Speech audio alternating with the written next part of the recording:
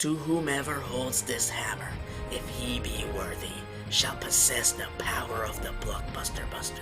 Greetings fanboys and fangirls, I'm Erod and I'm the Blockbuster Buster. I remember being a kid and watching the Marvel superhero show when suddenly a segment starring the mighty Thunderer began. I quickly exclaimed aloud, "That's not a superhero!" To which my dad responded, "Actually son, yes it is." And he proceeded to tell me the legend of the mighty Thor.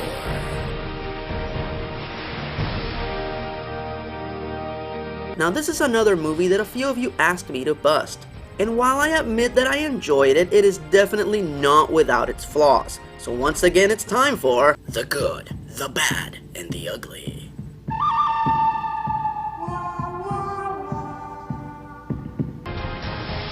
The plot. In a world where Norse mythology is real, Thor, the god of thunder, unwittingly rekindles an old conflict between the Asgardians and the Ice Giants. To punish him, his father Odin, the king of the gods, takes Thor's power away and vanishes him to Earth, where he must prove himself worthy to once again possess the power of Thor. The good.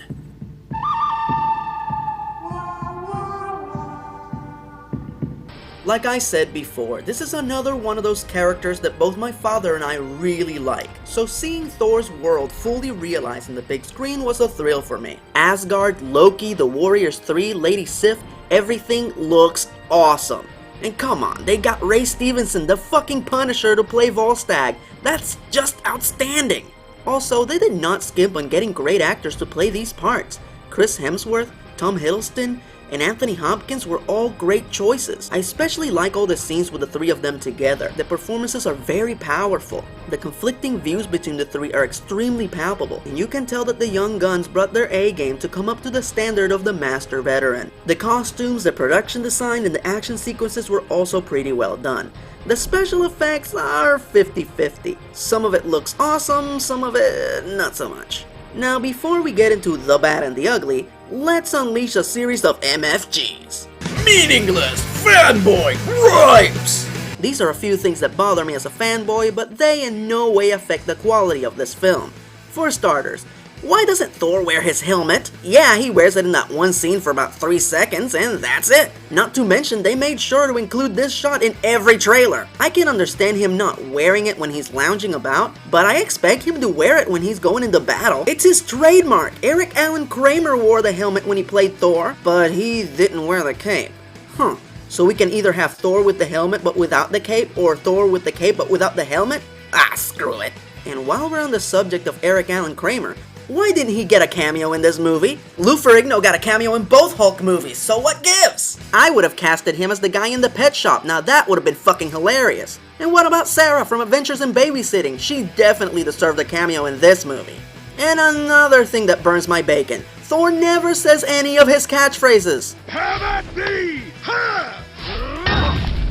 For Midgard! What gives? Hulk said Hulk smash in his movie. This is just un-American. And this concludes Meaningless Fanboy Gripes! The bad.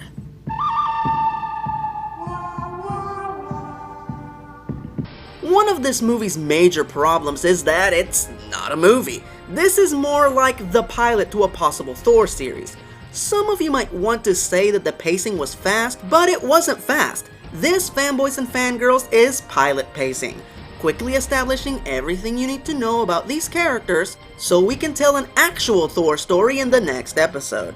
I want to assume that this movie would play better if you watched it consecutively with the Avengers movie or with a Thor sequel, but on its own it doesn't hold up very well. Because of the pilot pacing, some elements of the Thor mythos were not explained very well, like for example, the Odin sleep, which is really important. The king of the gods suddenly fainting in one scene looks really stupid without an explanation. Here's a quick demonstration. Father, the Odin sleep nears. Once a year I must slumber to regain my strength, so that Asgard can live.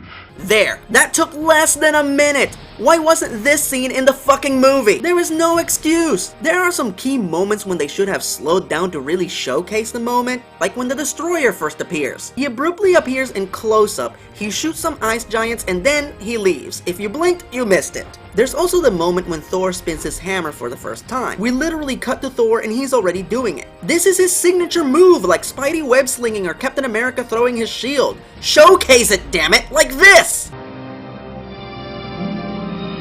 There, once again, that took less than a minute. Ugh, I need to catch my breath, which means it's time for a Stan Lee cameo!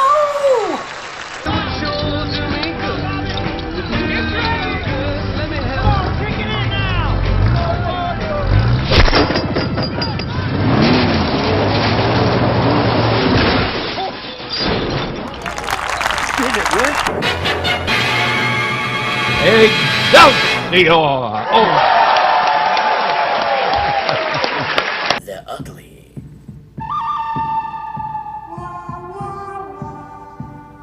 For starters, they seriously bastardized the character of Jane Foster in this movie. I don't want to blame Natalie Portman, because she's just doing her job. In the comics, Jane Foster is very much your average girlfriend slash damsel. In the Avengers cartoon, however, they gave her a severe upgrade. She became this courageous EMT who constantly risks her life to help others, which in part is the reason Thor is crushing on her so badly. Thank you. You have no powers, no armor, no weapons, and yet I saw you risk your life to help the wounded. Why? Because they needed my help, so I helped them. I'm a paramedic, it's what I do. I'm Jane Foster. In the movie, Thor likes her because she's Natalie Portman, which is justifiable, but shallow. And ignoring the fact that they changed her from an EMT to an astronomer, she pretty much comes off as a selfish bitch that only cares about her research. She hits Thor with her car, drops him off at the hospital, and only goes to check on him when she suddenly needs something from him. What a bitch! And I can see what they were trying to do, how both characters are pig-headed and selfish at the beginning, and then through each other they learn to be better people, but it was still pretty poorly executed. The whole movie is about Thor learning a lesson in humility. I get it. However, his moment of realization is not very good. Don't misunderstand me, it's well shot and well performed, but it's not very relatable. Thor realizing that he is no longer worthy of his powers just wasn't enough for me. Personally, I thought the whole concept behind making him human was so we could relate to him. Who the hell can relate to a god not being able to get his magical hammer back? Okay, me a little bit, but you get my point. This is what I think should have happened. Remember at the beginning of the movie when he picks a fight in Niflheim and Volstagg and Fandral get injured, but they're fine because they're Asgardians? I think this movie should have had a scene in which Thor tries to employ the same tactics in the real world, but instead gets someone injured or killed like Darcy. I don't know about you, but if I did something stupid that caused a girl or anyone to get hurt, that would definitely change my attitude severely. Which brings me to the worst aspect of this movie. All of its real flaws could have easily been solved by adding 10 more minutes of movie. Hell, I wouldn't even care if it had been 10 more minutes in the real world with powerless Thor. Just 10 more minutes to develop his relationship with Jane, 10 more minutes for him to learn his lesson, 10 more minutes to explain the mythology a little better. 10 more minutes, that's all I wanted! Alright, enough whining, let's look at some balls. Balls. Bonus Avengers lead-in scenes. This one is 50-50. On one hand, if you're a comic book fan, it probably gave you a happy to see the Cosmic Cube. If you're not a comic book fan, you were like, dude, what the fuck is that? When Loki appears, it's a good dun-dun-dun moment, but at the same time, you pretty much saw it coming. Now, as an interesting fact, this scene was actually directed by Joss Whedon, so for a film buff like myself, it was pretty exciting to see the first bit of pseudo-Avengers footage, directed by Joss. But outside of that, these balls are lukewarm. Final verdict. All in all, I still enjoyed this movie as it greatly appealed to my nostalgia. The flaws, however, are undeniable, and I can't blame any of you for hating it. Word on the grapevine is that the sequel is already being planned, and that it's going to be Marvel Studios' second most ambitious venture, right after the Avengers. An epic of epic epicness, where we will allegedly see the 9 realms go to war Lord of the Rings style. Hopefully if this comes to pass, I will finally get those 10 fucking extra minutes of character development that I've been asking for. I give this one a 4. Even though I like it more than Iron Man 2, the characters weren't as likable or as entertaining. And I agree with Chester A. Bum. Giving Hawkeye a cameo and not having him shoot a single arrow was a big fat cock tease. Have at thee! Cross the rainbow bridge of Asgard, where the booming heavens roar.